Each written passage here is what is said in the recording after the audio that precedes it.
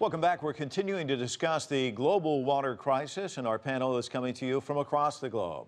In Mumbai, we're now hearing from Sandeep Wastlikar. He is the president of the Strategic Foresight Group. Joining us from Beijing is a senior associate of the World Resources Institute, Li Jinzhong. With me right here in the studio is David Mickle. David is the director of environmental security at the Stimson Center, and from California, Shivani Rivas. She is the director of strategic initiatives at water.org. Sandeep, thanks so much for joining us from Mumbai. Let's talk a little bit about India's crisis, because it's unique. I mean, it is suffering from drought issues, but there's a lot of rain, but yet it has a relatively wet climate. But I was just reading here, a lot of people don't have access to fresh water there. 21% of the country's illness is water related. Why is that? Well, let me take a step back. You were earlier saying that California has a drought and some other parts of the United States have a drought. But if you look at the map of the world, what you find is that all the way from Vietnam to Turkey, and then south from Turkey and Egypt to Kenya and parts of southern Africa, that is where you have the most serious crisis of water that we will see coming in the next 10-15 years. And of course, India is part of this, this area. And if you look at the map, it looks like almost like an arc from east to west and then from Turkey down to south. I call this mega arc of hydro insecurity. And India is very much part of this mega arc of hydro insecurity, as are some of our neighboring countries. India being a vast country, we have a mixed situation. I mean, in terms of per capita availability, we have almost 1,800 cubic meter per person per year, which seems to be comfortable. But there are some of the aquifers where there is definitely a crisis level that we have reached. The water in northern India, in Punjab, which has been the granary for last so many decades, the groundwater tables are dropping. So are they dropping in some of the other agricultural areas. And in the cities, the rivers that are flowing in the urban areas and in the industrial areas are almost being stopped to promote the industry there. On the top of that, there is a whole problem of the pollution of water. And in that respect, I think this entire mega arc of hydro insecurity is facing very common crisis, because I believe in China also the serious problem is the pollution of water, in particularly the Yellow River. Same thing we have with the Ganges River. It's all comparative. So it's not a question of how much water is available. You have Singapore, which can manage well with 100 million cubic meters of water. And we have India, Eastern India and Bangladesh with per capita availability of a few thousand cubic meters, and you have serious problems. Well, let me get back to the mega arc that you brought up in just a minute, but I want to direct a question to you, David, because you brought up Brazil, and I thought it was interesting earlier this year. In fact, I remember the headline, "When it rains, it pours," because it does have a significant drought problem, but it does get an abundance of rain at times. But there was the suggestion of water rationing, and what we saw in Sao Paulo especially was people kind of hoarding water. You have standing water, you have mosquitoes, you have dengue fever, and thousands of cases of it. So extend it out for me. I mean, this can be a health emergency on so many different levels that people may not even look at. No, absolutely. That we need water not only for drinking, but cooking and washing. And we were talking about the economic impacts of water availability. Shivani mentioned it, particularly the impacts on the poor.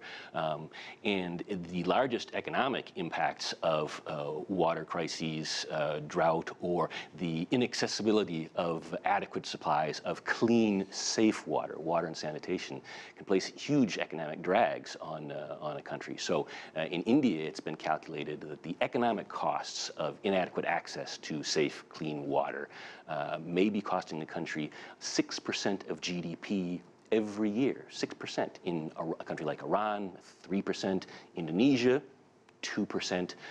So this costs lost work days, lost school days, the health impacts, and this is what we were seeing in Sao Paulo was as people were hoarding water, they were keeping it in tanks, maybe even in their bathtubs. That's standing water, so that can contribute to malaria, dengue as well, when the water is sitting without being able to be purified in the reservoir systems, which are already at very low capacity. And one of the reasons why Sao Paulo's reservoirs were not meeting the city's needs is rapid uncontrolled urbanization, that new slums were developing on the shores of these reservoirs, and their waste is being carried right into the water. I want to ask, and if you can all take a stab at it just briefly, we heard Chevany, and maybe I'll start with you, Chevany. You mentioned it was a human right, and a lot of people see it that way, but others see it as a commodity, and if this is a resource that you can kind of hold on to and make money off of it, as some people do see, where do we go with that? And isn't that one of the things that people are juggling now or talking about? Is this the new oil? Sure, it's a great question, and I'm glad we're talking about it. I would say there are certainly different schools of thought. The United Nations has declared the access to safe drinking water as a human right. As it looks now, the Millennium Development Goals, as we shift to the Sustainable Development Goals, which will essentially be a global agreement and a compact amongst nations for the next 15 years, 2015 to 2030, we do anticipate having a single dedicated goal to ensuring universal access to safe drinking water by 2030 and ending open defecation by 2030, which will be an enormous step in the right direction. I think, as I said, there are different schools of thought in terms of if it's a human right, does it make it free? The water, when it falls out of the sky, certainly you can call it free. But in order to have it distributed, laying the pipes, the infrastructure, we all know that's not free. It's quite capital, and it's a capital intensive proposition. The good news, as I want to point out in terms of just solutions, is that as David and as I think we're talking about, when we're talking about who specifically is impacted, it's the poor generally. But the good news is that the poor are viable customers, and at water.org, that's one of the theories of change that we're really trying to promote and to spread this awareness and understanding that it's quite expensive to be poor, and the coping costs, I think as David mentioned specifically, the lost economic productivity, lost school days, you're talking about health costs, water and sanitation or the lack thereof is actually one of the largest, if not the largest, global public health crisis in the world. Half of the hospital beds in the world are filled with patients who are ill from preventable waterborne illnesses.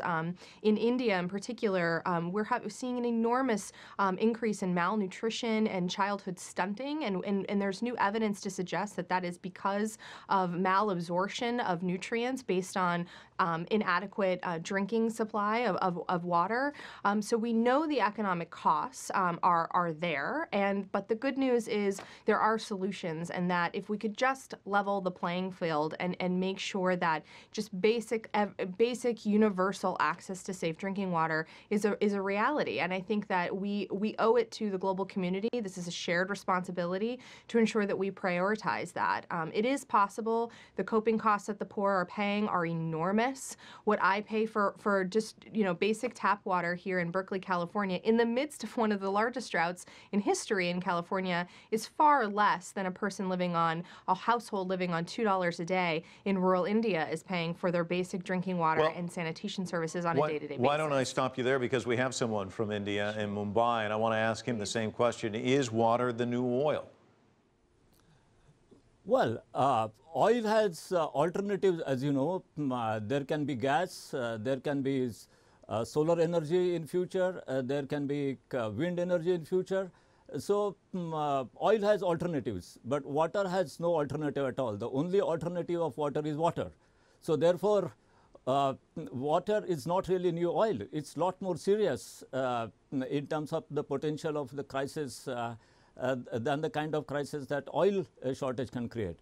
But if you are looking at water in comparison with oil, you are basically assuming whether there would be a geopolitical competition between the countries, as it happened in the case of oil in the last century. And there are unfortunately clear signs that could be the case. And just as it happened in the case of oil, the Middle East was the main theater. Even in the case of water, the Middle East would be the main theater, because you have the Dead Sea in Jordan. Its surface area has fallen by 35% in the course of last 50 years. The Yarmouk River flow has fallen by 90% in the course of last 50 years, and as you know, Yarmouk flows from Syria to Jordan, creating crisis between the two countries.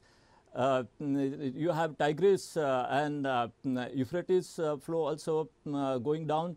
You have Sehan and Jehan rivers, which were supposed to be feeding the entire Middle East. They have no more surplus water.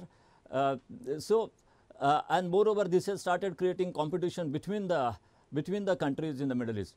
In India, Pakistan, Bangladesh, so far the water crises are substantially internal. Once in a while there is a dispute over a dam here or there, but primarily they are internal crises. And well, let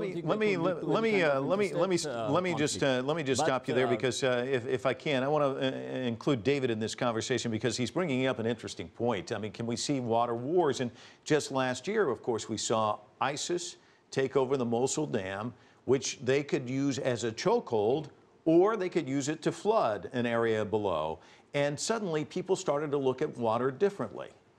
No, that's absolutely right, and that's an excellent example, which I think leads to the answer to your question about oil, and picking up on Sandeep's point that there aren't alternatives for water's usage, that water is not the oil of the 21st century, water is the water of the 21st century. Oil is essential to our economies, but water is absolutely vital for life. So if a power or a group, an insurgency like ISIL, controls a water source, they literally can choke off the lifeblood of a city, and this is what we saw them attempt to do in Mosul. I want to get Li Jinzhong in for one final comment, because we were talking about it as a commodity, and actually China is exploring ways to open the markets for water futures trading.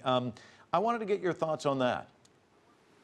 I think that the water, of course, water is very essential for the people's daily life, and from my, for example, from my work, we think that to address the water issue, we need to help people to understand the water issue. So firstly, people should have the right understanding. I mean, the awareness should be good enough. So how to combine the water and the oil? I think that yeah. From my personal perspective, I think that water is much more important than oil in some perspective, because water is so essential for everything. And I think that recently in China, I think for the good thing, we can see that our policymakers from the central level and the local level have paid more attention on water issues. And you can see that China has set up several very important strategies, for example, the ecological civilization. I know maybe it's not easy to understand these English words, but it means that we want to prioritize water issue. We want to protect the water system, want to have a health, the rivers, the health ecosystem. And we also set up a very strict water target to, for example, we have 3 red line policies to set up the target for the water use cap, and also try to improve the water use efficiency, and also to protect water quality. Well, thank you, Li Jin. Unfortunately, we've run out of time, but thank you so much for joining us. Want to also thank Sandeep and Shivani for joining us, and of course David here in the studio. That's all we have time for, but the conversation continues online. Visit our website at cctv-america.com, or chat with us on Twitter at cctv_America. I'm Mike Walter in Washington, D.C. Thanks for being with us.